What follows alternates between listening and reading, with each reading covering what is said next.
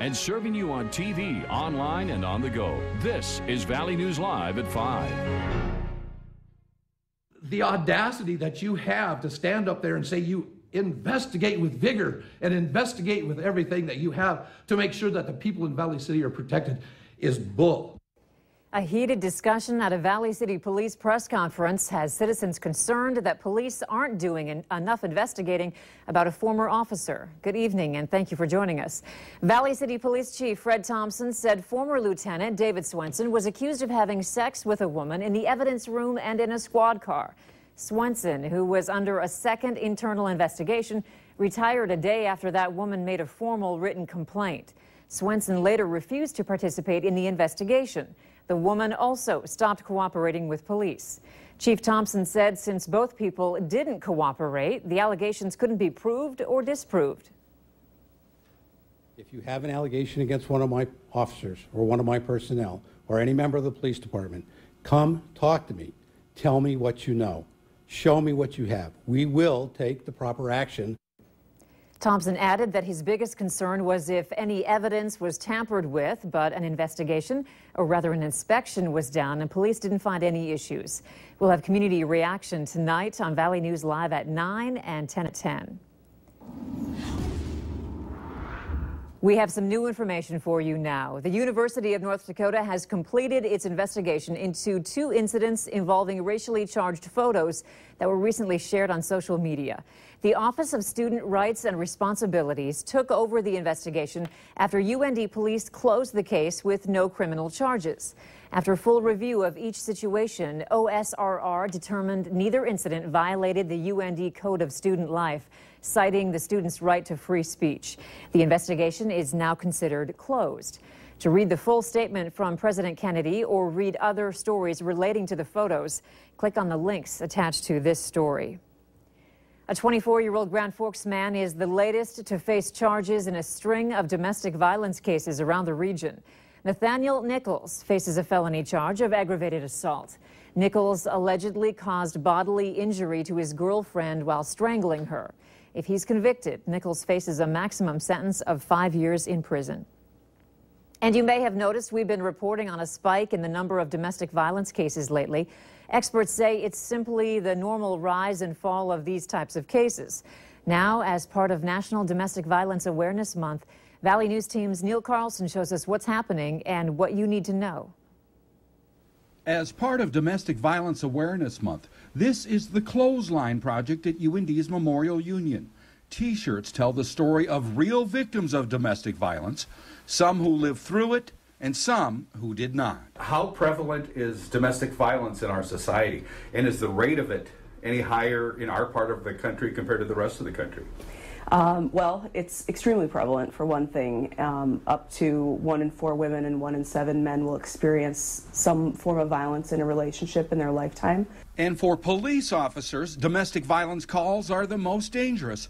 Fargo officer Jason Mosier was shot and killed responding to one earlier this year. Any type of domestic violence related call for service, they always have that heightened awareness. They're definitely dynamic calls and can lead to very dangerous situations. Situations, the experts say, where all of us should be ready to lend support in order to keep the victims from becoming isolated. Continuing that support and getting them information about places like CVIC in the community that can help them when they're ready is the best thing people can do. Frisch says she's hoping that education will one day lead to prevention. But unfortunately, the problem of domestic violence just seems to continue year after year. In Grand Forks, Neil Carlson, Valley News Live. Tomorrow night, a Take Back the Night rally against domestic violence will be held at 7 o'clock at UND's Memorial Union. It will include a march down University Avenue. We also have a link to more information for help regarding domestic violence here in the Valley. Just go to valleynewslive.com and click on this story. Cool and windy out there today, and we're in for a cold night too. Hutch, what's the latest? Well, I'll tell you what, you definitely want to hold on to your hats out there. We have had wind gusts approach 50 miles per hour in the Cheyenne River Valley. It has been no picnic in the Red River Valley with gusts over 30 miles per hour and 40 mile per hour gusts in Lakes Country. Some showers showing up. It's all rain as temperatures are cooling with this cold wind. We have those showers along Highway 2 all the way into central North Dakota, Jamestown and Stutsman County seeing some light shower activity. Not all of this is reaching the ground, but some sprinkles on your windshield possible. 50s tonight in Fargo-Moorhead. It's going to be cool and it will remain windy as well for any outdoor activities that you have. And Andrea, yes, it's been a while since I've done this to you, but take a look at this graphic with me here and tell me what you think about that. This is the first time I've used it this season, so. I think there are a lot of 30s on there. Yeah. What else? Well, there's some 20s out in Dickens. Oh, yeah. When you're pulling out the wind chill graphic, it's never fun. I don't like to do it, but there it is. I was trying not to go that far, but yes, you're right. Yes. Williston, Dickinson, Yeah. Endive? Yep, Glendive, Montana. Glendive, yeah. Big sky oh my gosh. Big cold. Yeah. I think you can retire the map, maybe. We're just getting started. Okay, thank you. Meanwhile, Hurricane Matthew, the strongest Atlantic hurricane in nearly a decade, is inching closer to the U.S. after delivering a devastating blow to Haiti. The storm is already being blamed for 11 deaths in the Caribbean. Now it's taking aim at the Bahamas and U.S. coastline from Florida to North Carolina. Florida's governor has ordered people to evacuate barrier islands and low-lying areas. In South Carolina, there's bumper-to-bumper traffic out of Charleston and surrounding areas, and a rush on supplies and gasoline. More than 250,000 people in South Carolina have been told to leave immediately, with the rest of the state's coastline now on notice to evacuate tomorrow. The Standing Rock Sioux Tribe is back in federal court today, fighting to stop construction of the Dakota Access Pipeline. A federal appeals court panel had some tough questions for opponents of the $3.8 billion oil pipeline. Samantha Jo Roth was inside the courtroom today, and she has more details from Washington. Samantha Jo? Well, Andrea, attorneys representing the Standing Rock Sioux Tribe, Dakota Access, and the Justice Department all argued here today at federal appeals court. The judges at times aggressive in their questioning, asking pointed questions, interrupting testimony, and appearing a bit confused. That's because attorneys representing the Standing Rock Sioux Tribe changed their argument from the last time they appeared in court. It was a critical day in court for the Dakota Access Pipeline project. Attorneys representing the tribe are now altering their original argument after a federal court failed to issue an injunction last month.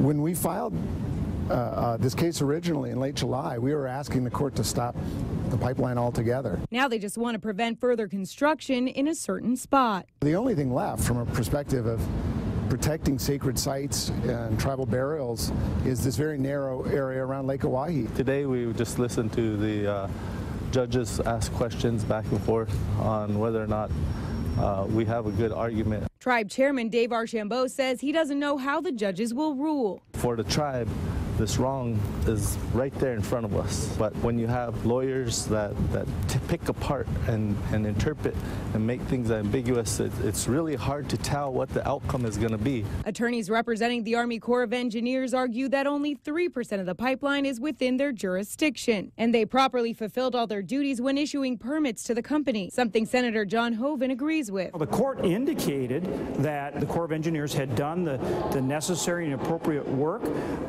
The pipeline will go in the same corridor as an existing transmission line and gas line that's already there. Now 5 labor unions are calling on the Obama administration to allow construction to continue, saying the weeks-long interruption has caused hardship for thousands of families. Now we reached out to the Justice Department, who are representing the Army Corps of Engineers. They have declined to comment. At this point, it's unclear when this appeals court will make their decision. But until that decision is made, the pipeline company is not allowed to continue construction for 20 miles on either side of the Missouri River at Lake Oahe.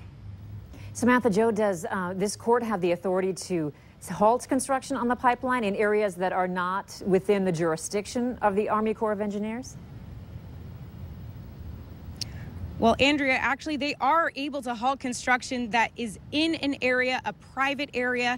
They're able to do this. It's all according to the All Writs Act. And in court today, the judges said that they would be able to do that. It is in their jurisdiction. And the only thing that they would have to do is in that area on private land, it would have had to have had no construction prior. So, of course, we'll continue to update you on this case as we learn more. For now, Samantha Jo Roth, Valley News Live. All right, thank you so much. A man stabbed 2 police officers in Brussels today in an incident that may be terror-related. It was the latest attack on law enforcement officials in a nation that has been on high alert since 32 people were killed in suicide bombing attacks in the Brussels airport and subway in March. 2 police officers in a Brussels neighborhood were attacked on the street by a man with a knife. Another police patrol overpowered the man who was shot in the leg before he was arrested.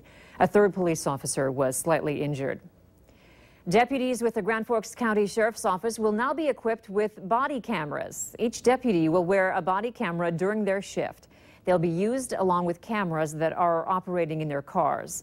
Grand Forks police officers started wearing body cameras in 2015. The 2016 North Dakota pheasant season opens up this Saturday, and hunters may have to work a little harder to find their birds this year. Doug Lear with North Dakota Game and Fish says numbers are down about 10 to 11% across the state. You may have to walk a little longer, but Lear also says it depends on where you hunt. For example, some areas of northwestern Minnesota are up 120% over last year, even though statewide numbers and those in southeastern and southwestern North Dakota are slightly down. It's going to be pretty similar to what we had last year. When you hear numbers are down 11%, I mean, it's like, okay, so last year you saw 100 birds, this year you see 90 birds. It's not going to be that dramatic. The season runs through January 8th. The daily limit is 3 birds and possession limit is 12. You can hunt 30 minutes before sunrise to sunset daily.